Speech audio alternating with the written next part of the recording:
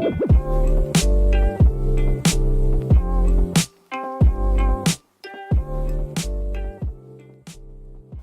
this is Danny, and this is a continuation of my previous tutorial on HTML.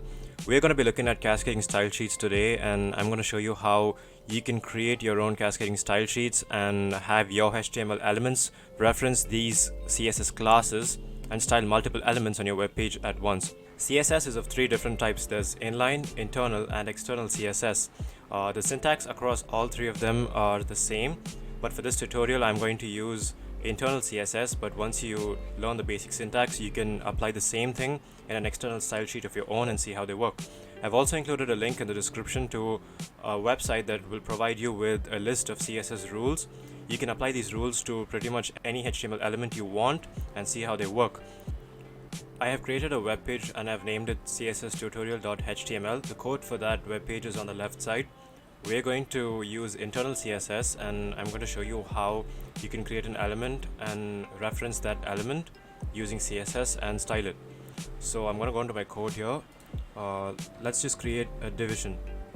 So to create a division, you would use the div tag. I'm just going to type div and hit enter, and Emmet is going to autocomplete that code and show me a division with an opening and a closing tag. Now here's how you reference CSS. You give it the attribute class and you give this class some value. I'm just going to call this div1. So div1 is going to be the name of my CSS class, and this entire div tag is going to get affected by my CSS class named div1. So I'm just going to create my CSS here. I'm going to go into my head section and I'm going to use this style tag. I'm going to create an opening tag and an ending tag. So all of my CSS styles that I'm going to write should be between the opening and the closing style tag. So I'm just going to create a class named div1. Here's how you do it. Dot div1. So all you have to do is type in a dot followed by the class name that you have used in your HTML. So that's basically how you create a class, and an opening brace and a closing brace. And all of your CSS rules should be written between these two braces. So div1 can contain any number of rules, but all of these rules have to be between these braces. So a div is what is known as a block level element in HTML. Block level elements will take up the full width of their parent unless you specify a certain width. So by default, the div is going to take up 100% of our body. So if I give this, let's say I want to change the background color of this div. So my CSS rule to do that would be background, and I'm going to give it a value of 000. Now hashtag 000 is hexadecimal for black. So when I say background hashtag 000, the background of this div is going to become black. But since we don't have any content within this div, it will not appear on my web page. So I'm just going to save this file, and I'm going to go into my web page and refresh it. And as you can see, there is no output on my web page, simply because even though I have created a div here, there is no content within it, so this div doesn't show up on my HTML page. But I'm just going to put some content inside it. Let's just say I put division 1 and I save the document. Now when I go into my web page and I refresh it, you can see that there is a black box that takes up the full width of my parent element, which is the body. The reason why you can't see the text is because the default font color of this HTML document is black, so the color of my text does not show up. So in order to change this, I'm going to change the color of my text inside this div. To do that, I'm going to use a rule called color. So color will basically change the font color of whatever is inside my div, of whatever font is inside my div. So I'm just going to give this a value of hashtag FFF. So hashtag FFF is hexadecimal for white. So when I save that and I refresh this page, you can see the words division 1 inside my page. I've just zoomed in so you can see clearly. Now let's just say I want some space around the text division 1. I don't want my borders to touch the text. In order to do that, I would use a rule called padding. So padding would basically pad this text, give it some sort of padding around this text, so there is some space between my text and the borders. So let's say I give this a padding of 10 pixels. Now when I want to use the word pixels, I wouldn't write pixels, I would use px. Px is shorthand for pixels. So once I save that and I hit save, there is a padding of 10 pixels around my division text.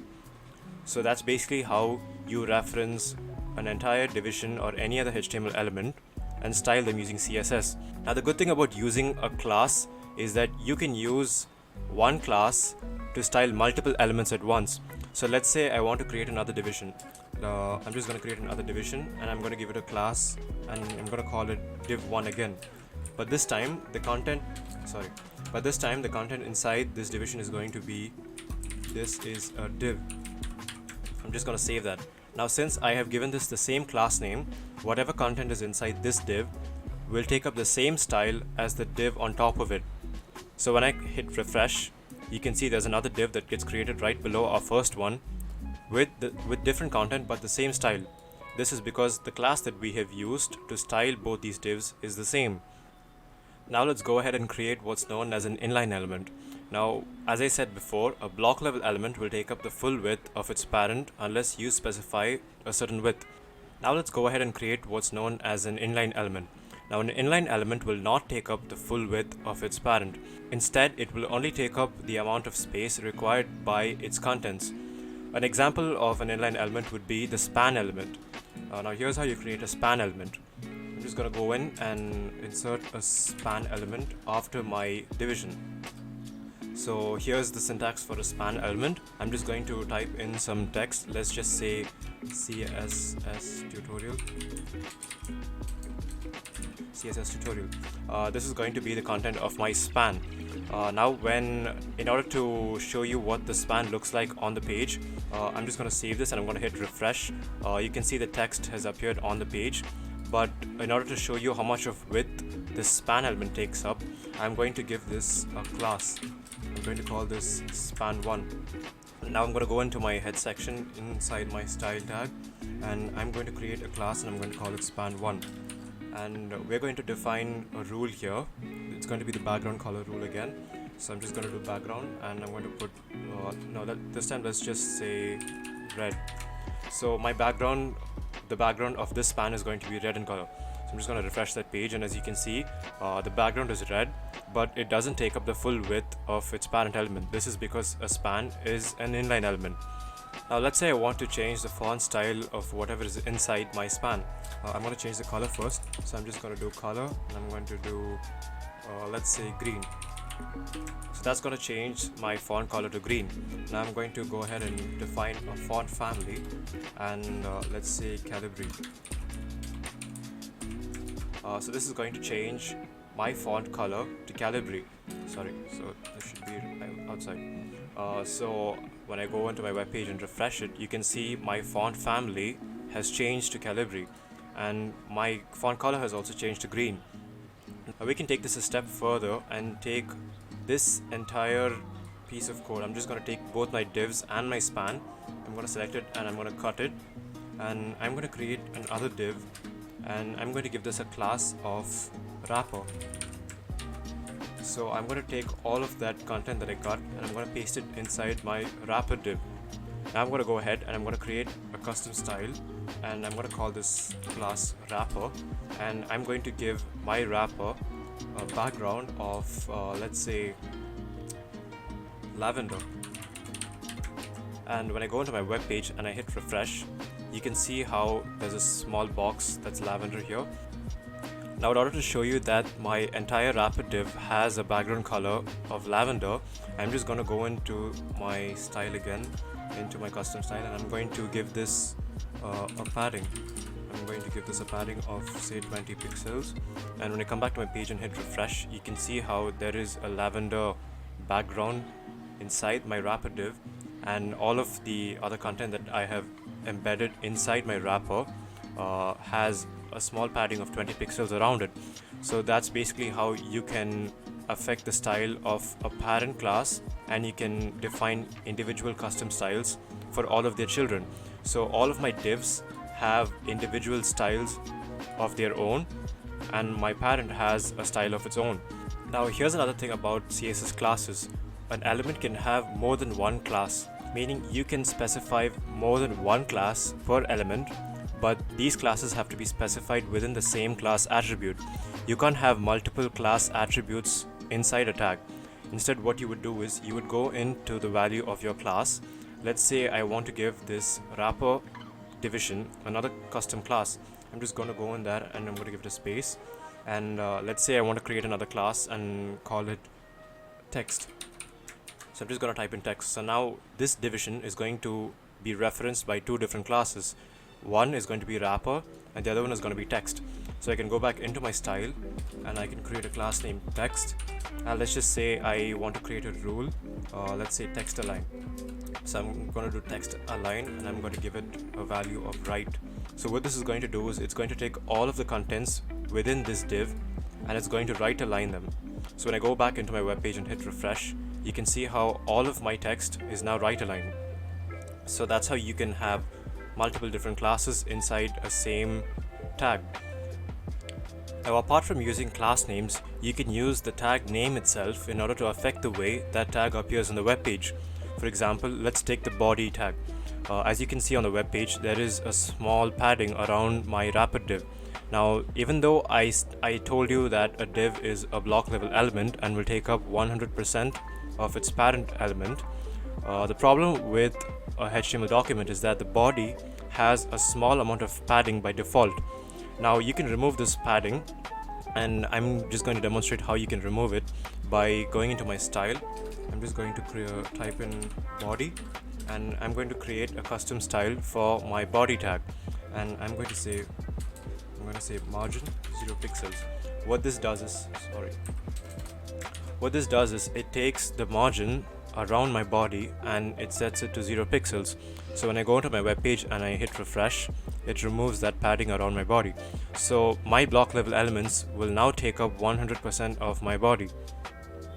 So that's basically how you can reference a tag itself and style the elements of a tag. So that's basically how internal CSS works. Now I'm going to show you how inline CSS works. In order to do that, I'm going to go back into my span. Let's just use the span to demonstrate how inline CSS works. I'm going to remove this entire class attribute and I'm going to create an attribute called the style attribute. Now remember, the word style is a tag as well as an attribute in HTML.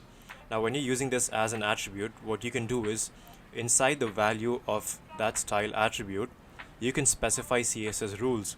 So what I'm going to do is I'm going to go back up into my CSS and I'm going to take all of those rules that I have specified for my span earlier. I'm just going to cut and I'm going to paste it within my attribute. So I'm just going to go back and I'm going to take the second line and I'm going to paste it back.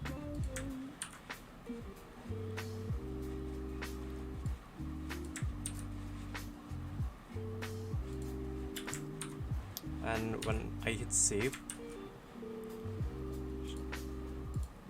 so when I hit save and I go back into my web page and hit refresh, you can see there are no changes that have taken place. This is because I have removed my reference to my span class. Instead, I have specified the exact same styles within the style attribute. So you can basically take CSS styles and you can specify them inside the style attribute. Now, most professionals don't use this simply because it makes the code messy. Imagine having a huge HTML document with over 1,000 lines of code and almost every line has CSS in between it. Now, in order to debug such a document would be a nightmare because of the huge amount of CSS code in between HTML. That just makes it messy and it makes things harder during debugging, which is why inline CSS should be avoided. So I'm just going to remove this entirely, and I'm just going to remove my span division entirely. We don't need this anymore, and I'm going to show you how external CSS works.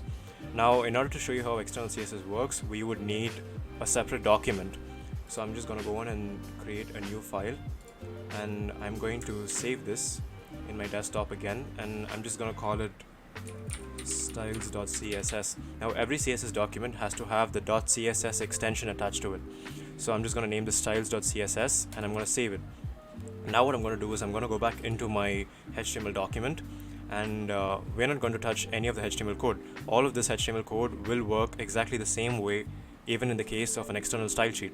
So I'm just going to go up into my style tag. I'm going to remove this span because we don't have a span tag in our HTML, and I'm just going to copy all of the contents within the style tag, and I'm just going to cut it, and I'm going to go back into my styles.css page, and I'm going to paste it here. So I've taken all of my CSS styles and I've directly pasted it inside my styles.css file. So I'm going to go back into my HTML page and I'm going to remove the style element from my head section because we don't need that anymore. Now we would have to link our HTML page to this styles.css page. Now here's how you do that. You go back into your head section and you use a tag called the link tag. Now the link tag is what is known as an empty tag. An empty tag consists of only an opening tag and no closing tag. These are special tags and there are very few empty tags. The link tag is one of them. There are a few attributes you would have to specify when creating a link tag. The first one would be the relationship. So this link tag is going to have a relationship and its value is going to be style sheet. So what this does is it tells the link tag that whatever it is linking to is a style sheet. Now you're going to have to give this link tag the address of your styles.css file. Now in this case, both my HTML file and my CSS file are in the desktop. So my path to this file would be very simple. I'm just going to use the href attribute. The href attribute is used to specify the file path. So in this case, since both of my files are in the same directory, I don't have to specify any change of directory. I'm just going to have to type the name of my CSS file directly. So I'm just going to type styles.css. So what this does is it takes styles.css and it links it to my HTML page. And lastly, I'm going to have to tell my HTML page that whatever file I'm linking to consists of CSS. I'm going to use an attribute called the type attribute. The type attribute is going to have the value text/CSS, and I'm just going to close this tag. So what type does is it tells the HTML document that whatever this link tag is referring to contains CSS. So that's how you link a HTML document to a style sheet. So this line right here is basically going to take all of the styles within styles.css and import it into my HTML document. So all of my division tags, all of my elements inside my HTML document that contain the class attribute is going to reference each CSS class inside the styles.css class. So that's basically how external CSS works. So I'm just going to go back into my document. When I hit refresh, it's not going to change anything inside the web page simply because external CSS works exactly like internal CSS. The only difference is that all of your CSS is in an external file. So I'm just going to hit refresh, and as you can see, our span class disappears because we deleted it off the HTML page, but all of the rest of my content remains exactly the same. This simply means that our styles.css is now being referenced by our HTML page. So that's basically how external CSS works. So now that you know how CSS works, you can go ahead and experiment with your own web pages by creating custom CSS classes. If you're interested to learn more about CSS, you can go into the description and click on the link. It'll take you to a website with a list of CSS rules, and you can use these rules in your own projects and see how they work. And if you like this video, you can give this a thumbs up and subscribe to the channel. If you've got any comments or suggestions, you can leave them down in the comments below. Thank you for watching.